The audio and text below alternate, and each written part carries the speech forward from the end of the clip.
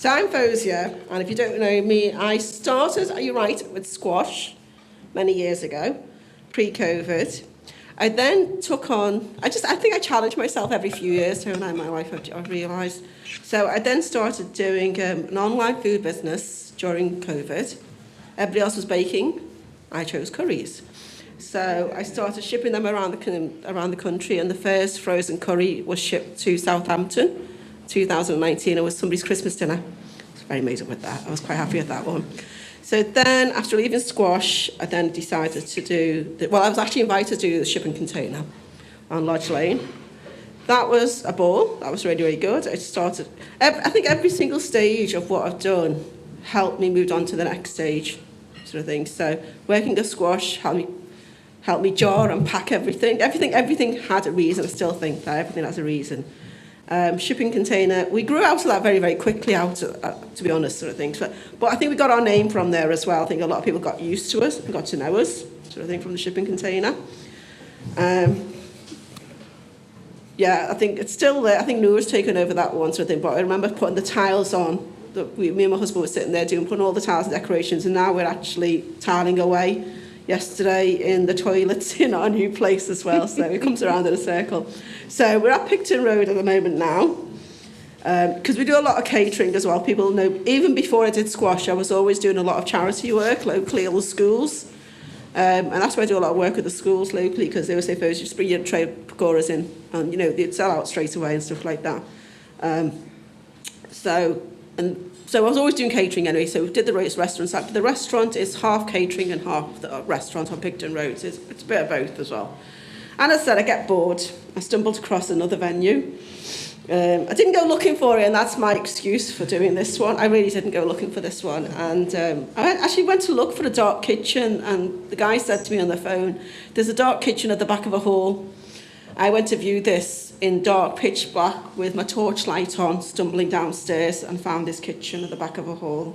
And I was like, wow, how do I take my food out of here for Uber Eats? I'm not sure how this is going to work. And I was like, "Leah, where are we?" And she's like, "Turn around, have a look." And I was like, oh, wow, it's a wedding venue. It's got to be a wedding venue. So it's just who's been to Club Barcelona? Who has memories there? Yeah, it's a brilliant, it's an amazing place. It's an amazing place. So we're very excited about that one. But we are actually tiling away. We've got experience in tiles, so we're doing that at the moment. So it's an ever-evolving thing. So what's my ethos? What do I do? What's my take on food? It's bringing what we eat at home out to the public, sort of thing. So I've got a lot of Bengali friends. Basically, the whole Bengali community I know from Liverpool when we grew up. And they all run the takeaways, and they all run the restaurants in Liverpool, as we all know. And they're very, very close friends, man. All the girls, all the wives and all that lot, we all meet up quite regularly, and they're like, "We wouldn't eat that food, we eat what we eat at home." That's all we can say, sort of thing. So, they know that it's a completely different style what you eat at home to what you get in the restaurants and takeaways. So what we were trying to do was like, no, I wouldn't eat that. This is how we cook it from scratch. This is how my mum taught us, sort of thing. So this is what we wanted to do. So we go back to my mum. My mum was very, very frugal with food. She had 8 children, and then obviously my father was there. It makes it sound like there's 10 of us all together. And she'd serve us like a medium-sized chicken, which I think nowadays would serve 3 to 4 people.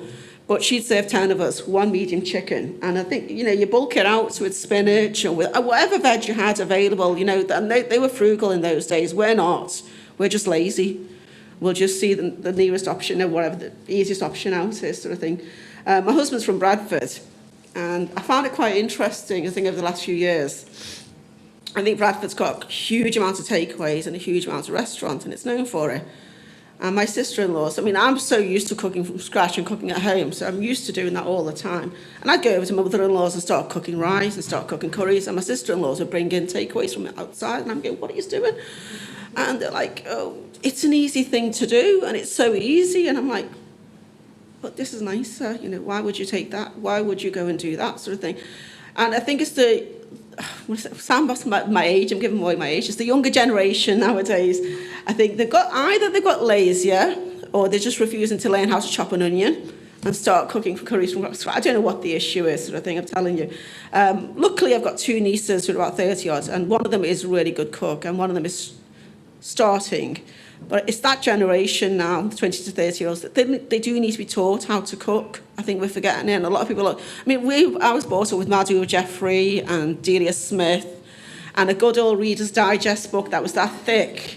You know, it was, yeah, we had the 3-2-1 biscuits we used to make every single day, sort of thing. And this is in the 1979, it was like years ago. And, you know, we lived on our cookery books in those days, and we cooked everything from scratch. So I think so. But a lot of people nowadays, unfortunately, do go for processed food, and it's a quick, easy option out. And I just think, why just come back to home cooking as well? So I think that this is it's a sad day sometimes when you see it.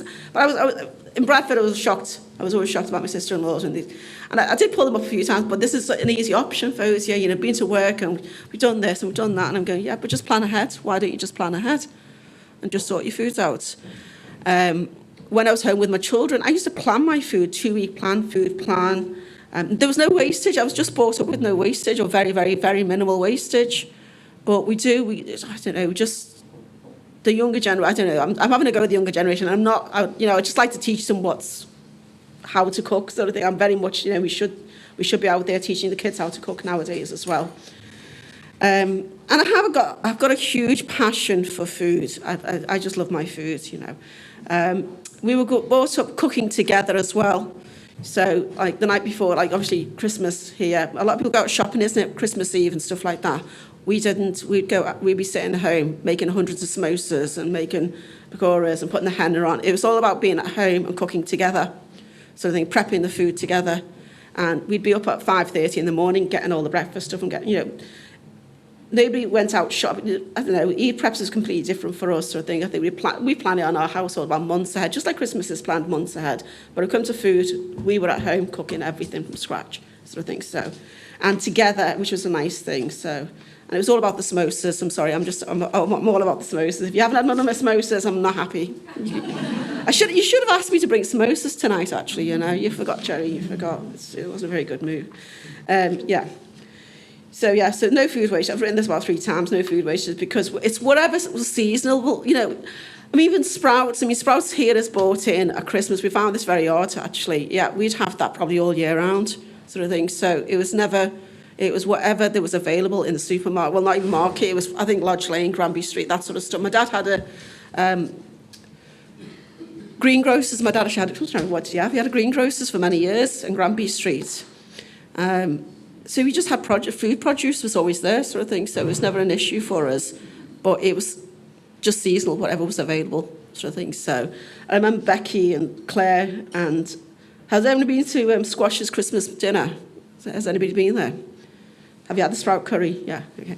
So have you not had the sprout curry yet? Yeah, you need to do that. So we bought in the sprout curry at Christmas dinner at Squash, sort of thing, and I think Becky and Claire had gone to another Sprout event at one of the hotels. Quite funny, actually. They come back and said, Fozia, the sprout curry beats everything. We can't get past it, sort of thing. So you've got to try different things, I think. So, yeah.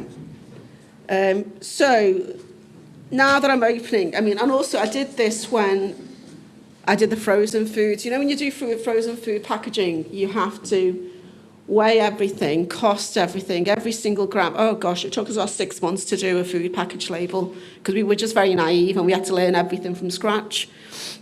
And then, in those times, we'd learn, and I knew every single penny of oil, how much I used for every single ingredient per box that went out. I knew the prices of it all. I went to every single, I didn't even go online. I think I went to every single shop and rummaged every single price and wrote down every single gram. And did all that. I worked out all my prices. And now I was in Asda, I won't lie, the other day. The price of cream and dairy has increased as well so much. It's shocking. I was like, wow, my butter chicken price needs to increase, definitely. This is like too much. You know, it was £1.15 about a year ago, and it's £1.80 now. And that's not even a year. I was shocked, sort of thing. So the price of lamb, I can tell you straight, was £23 for a leg of lamb in 2000, well, when I was in the shipping container. And that's only 3 years ago, and now it's £45 to £50, the same like a lamb. And my prices for my customers has not increased by about £1, if that, £2. So who's taken the cost? it's the restaurant industry, unfortunately. We're taking it, because, I mean, there's only so much I think a customer will pay as well, sort of thing. It's affordability as well, sort of thing. So I can't imagine somebody in Picton Road is going to pay £20 for a portion of lamb curry. They're not. It's not going to happen, sort of thing. Might do it in the docks area, but not on Picton Road. You've got to look at the areas and that. So we do take a bit of a knock sometimes on some curries, but some curries will balance it out a little bit. But for the restaurants, it's keeping an eye on the prices as well nowadays. So now we're opening the new place in Brenshaw Street, and only Monday night, the first people I actually ask is, come on, what are we putting on the menu is my family. So I texted my family group and I said, okay, here's a list of the curries that I've got in mind. Add to it, take away what you want, and all this lot. So a big family debate. And about the middle of the night, one of my brothers texted up and he went, lasagna, don't forget the lasagna. And I was like, oh God, I feel as though I need to put it on because, we do eat it at home, really, in real sense, we do. Oh God, it was like 2 o'clock in the morning. I woke up at 6 o'clock, I went, lasagna. And then about an hour later, it was like, oh yes, samosas and bhajis, don't forget as well, because we do need them. I was like, give me strength, sort of thing. So, but it is going on the menu because he asked for it, and this is like part of an all-you-can-eat buffet. And I was like, wow, okay, child. So my family do dictate what I do, by the way, in the background, if you haven't gathered, sort of thing. So, yeah, so lasagna is what we eat, sort of thing. So, yeah, challenges, I would say, is price hike is the biggest thing. And also, obviously, it's employment, PAYE and stuff like that. It's a massive factor of employment, sort of thing. So let's see what happens in the new place. Let's see what I put myself in for. But I like a challenge, I think I do, sort of thing. So, okay.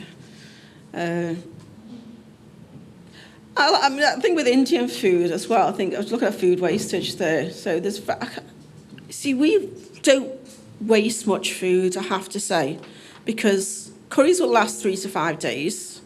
Then there's a freezer. People don't understand there's a freezer. You can come back to it in 2 weeks' time if you don't want it right now, sort of thing. So, and I've always had that thing at home anyway. So we will, and that's what frozen foods will also be about as well. You're going to defrost it 2 weeks later, a month later.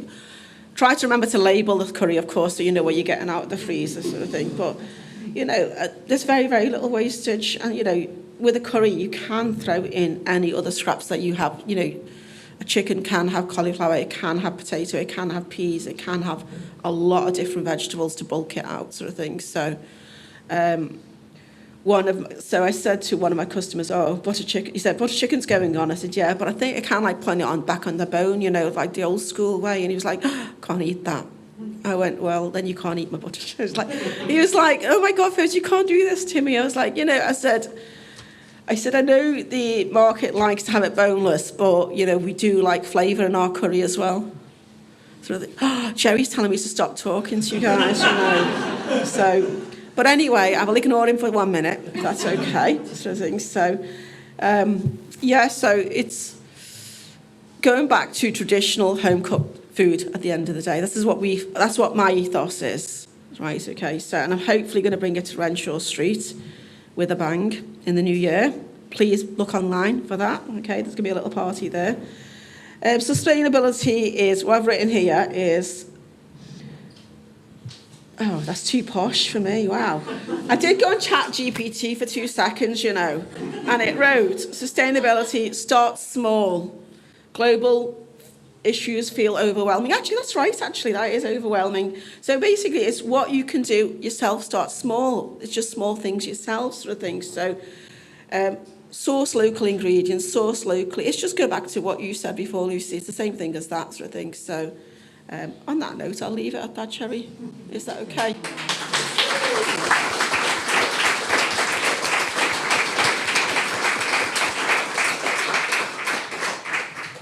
Thank you very much, Fozia. That was great. We did say to everybody else you got 5 minutes, but because you're the only one today, we're giving you 15. Oh, wow, did I talk on all night, sorry. I was getting that impression. But thank you so much. It was really lovely to hear your story and to hear your passion and your enthusiasm around food and what you're doing. So I'm sure you will have got a lot of friends here today who would like to go and taste what you're doing. Already where you are now in Picton Road, but when you come to Renshaw Street, I'm certainly going to be coming around to taste your food, especially the lasagna. Oh, God, yeah. Kashmiri. Is it going to be Kashmiri? Yeah, lasagna? absolutely. Great, wonderful. Absolutely. Right, please take a minute to just turn around, talk to the people you spoke to before. What have you heard? What have you liked? How are you feeling? Just share your impressions about what's happened tonight so far, and then we'll bring you back together for a Q&A. Off you go.